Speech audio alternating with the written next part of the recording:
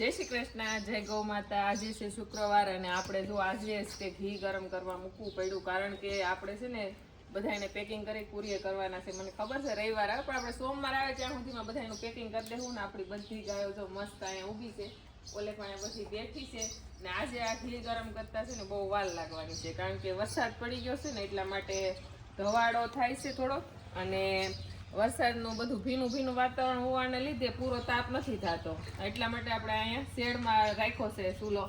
મળાંગો અહીંયા કર્યો એનું કારણ એ છે કે અહીં ધોવાડો લાગશે, બધી ગાયોને મસ્ત શાંતિથી જો સમધાર ઊભી છે, માખું નહીં કવરાવે ને આપણે ઘી પણ ગરમ થાય। અને આપણે ઘી ગરમ કરીએ છીએ ને દર વખતે આપણે ઘીની વ્યાખ્યા આપતા હોઈએ છીએ, પણ ખાલી આ મારા આંગણે કે મારા ઘરને આંગણે ગાયો રાખી એની વ્યાખ્યા નથી, આ વેદ અને પુરાણની વ્યાખ્યા છે।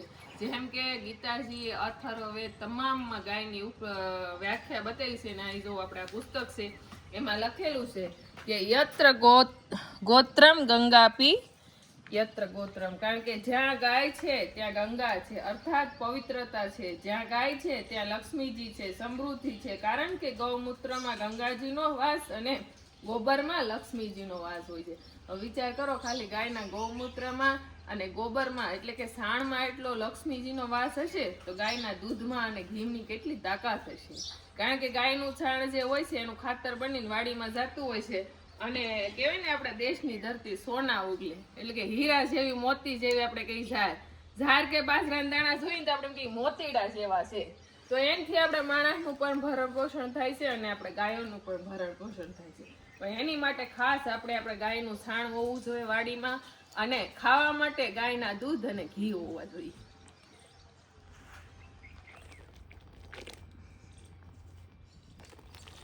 ઘણીવાર આપણે ગાયોનું કામ કરતા હોઈએ અને ગાયો ઘણીવાર બીમાર પણ પડતી હોય, ગાયો ઘણીવાર આપણને આમ તકલીફમાં પણ આપણે આવી જઈએ અને ગાયો પણ આવી, ત્યારે આપણે કંટાળી જતા હોય કે હવે ભાઈ આ ગાયું ન રખાય, આને કરતા ફેર દૂધ લઈ આવે। પણ આવી તમામ મહેનત કરવા છતાં આપણે ગાયોને રાખવાની, અને એમાં ગાયને હાજી કેમ રાખે એ બધા પ્રયત્ન કરવાના।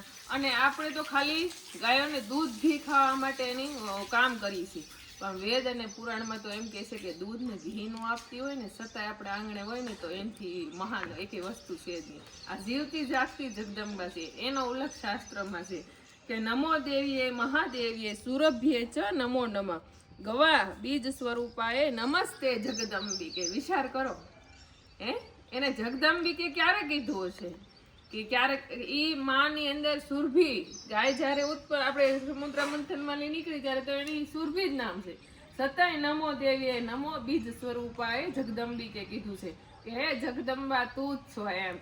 આપણી જગતની માતા હોય ને તો ગાય જ છે। આપણે આપણા કુળદેવીનું તો આપણે આહવાન સવારે દીવા પૂજન કરતા જ હોય, પણ આપણા જીવનનું ભરણ પોષણ કરનારી હોય ને તો એ ગાય છે।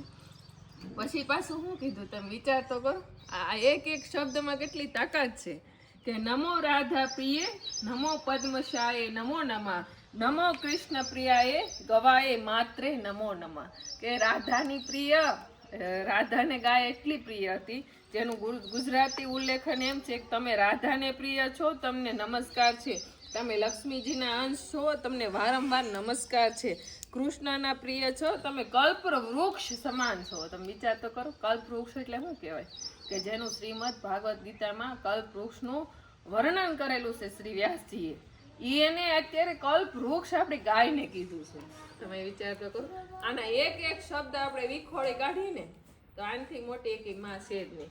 તો આનું ગૌમૂત્ર એટલું કામ આવે છે, છાણે એટલું કામ આવે છે, દૂધ ને ઘી એટલું કામ આવે છે।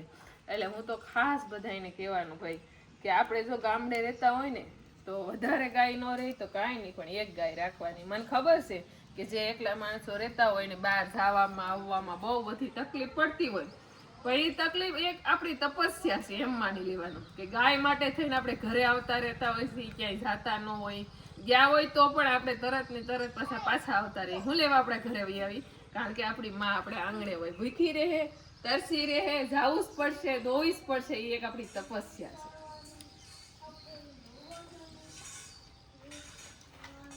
ઘણીવાર આપણને શરીરમાં અનેક એવા રોગો થતા હોય છે. આપણને એમ થાય ગાયનું દૂધ પીવા મળીએ તો મટી જાય, ગાયનું ઘી પીવા મળીએ તો મટી જાય, અથવા તો ગાયનું ગૌમૂત્ર એક સાથે પીવા મળીએ તો મટી જાય. પણ એની પણ માત્રા હોય છે, કેવી રીતના લેવું એ બધું જાણવું જોઈએ. આપણને ખબર ન હોય તો કોઈ આપણે જે જાણકારી વાળા વેદ અથવા તો પુરાણ આપણા મોટા ગઢિયા હોય ને એની પાસે જાણી લેવું જોઈએ.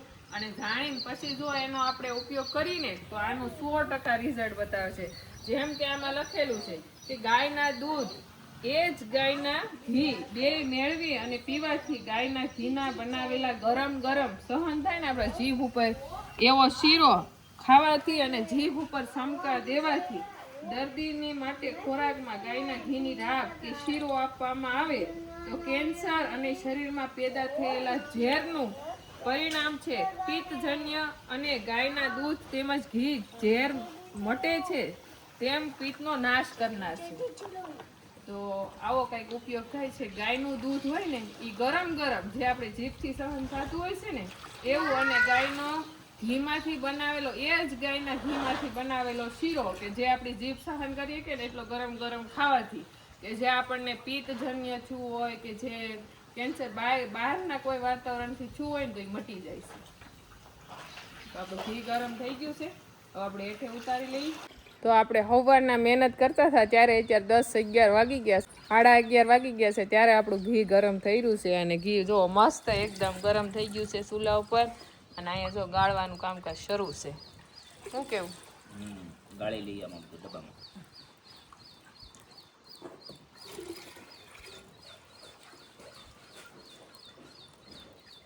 તો આ વખતે આપણા ઘીમાં ઘણું બધું ઘી હોવાથી ઘણું બધું કીટું વેળ્યું છે. તો આ કીટાની અંદર આપણે ખાણ મિક્સ કરીને આપણી ગંગા વૈયાવાની છે તો એને ખાણમાં આપવાનું છે. ગયા હોમમાં રાખ્યું છે. હા, પછી આ રીતે પસવા પીધી.